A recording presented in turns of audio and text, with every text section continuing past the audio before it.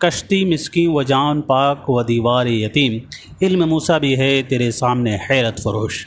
اس شعر میں دوستو کون سی صنعت استعمال ہوئی ہے؟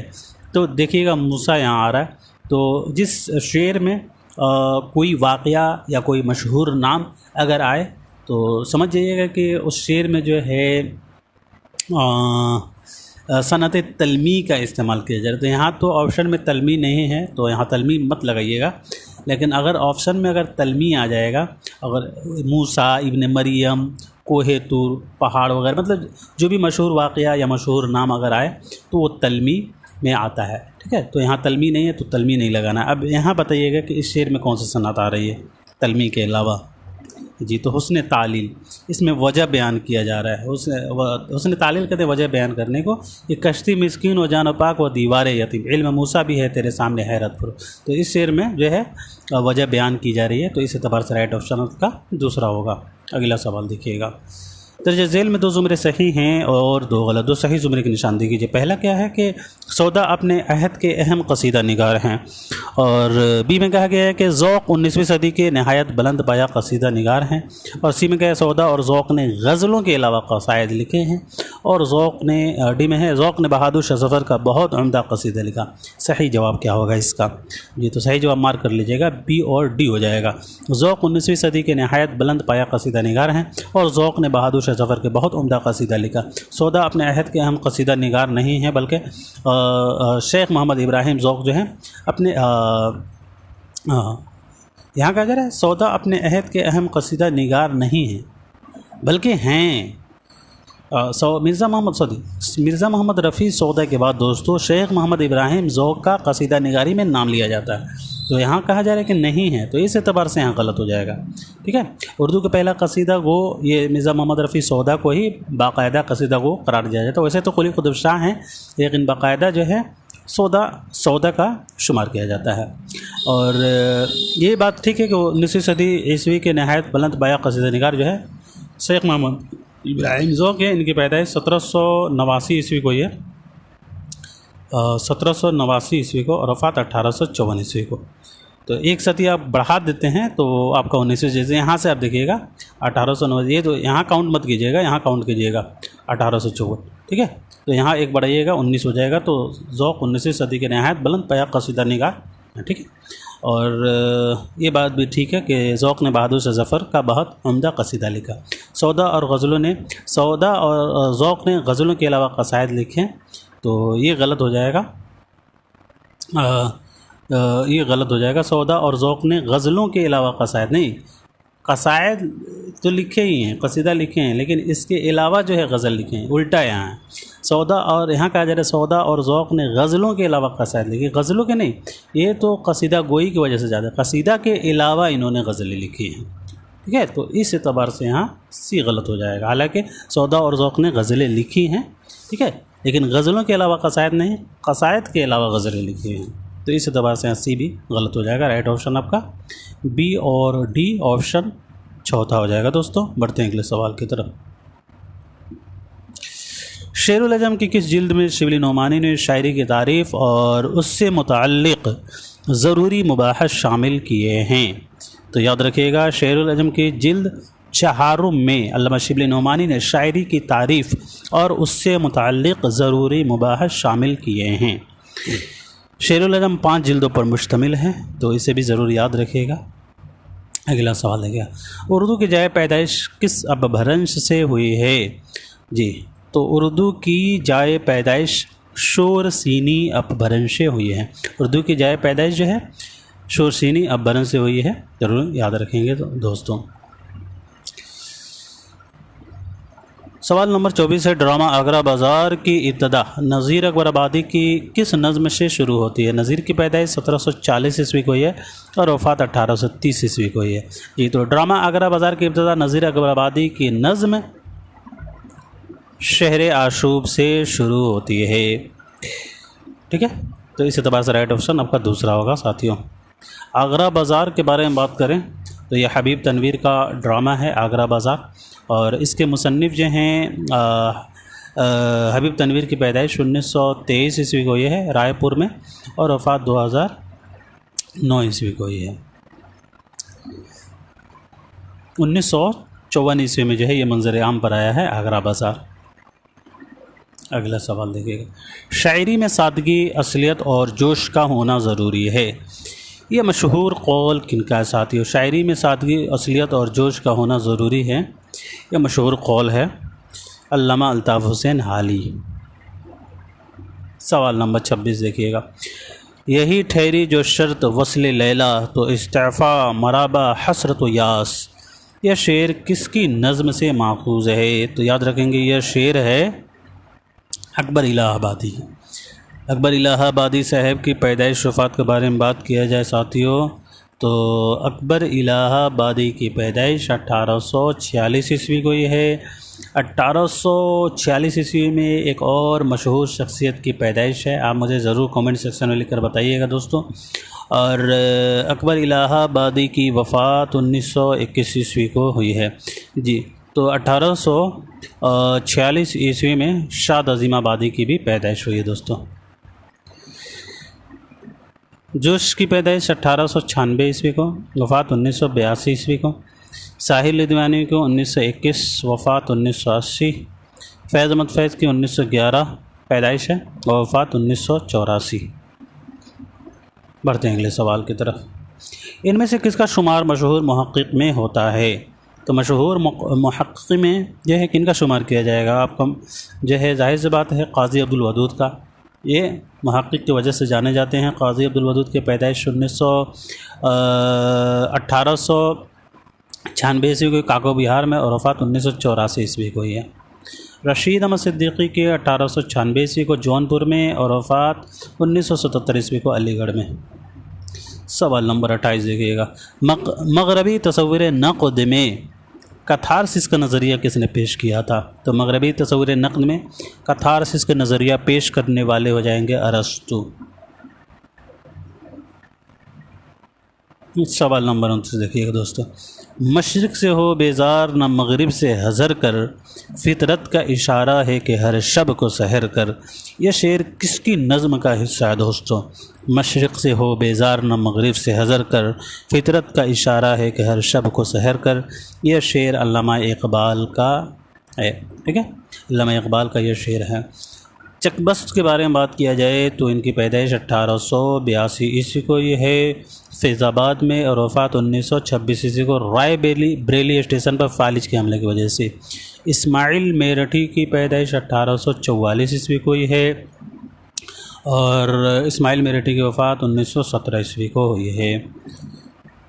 چلیے جی دوستو اگلا سوال دیکھیے گا، آج کا یہ آخری سوال ہے ساتھیوں، کربل کتھا کا ذکر پہلی بار کس تذکرے میں ملتا ہے؟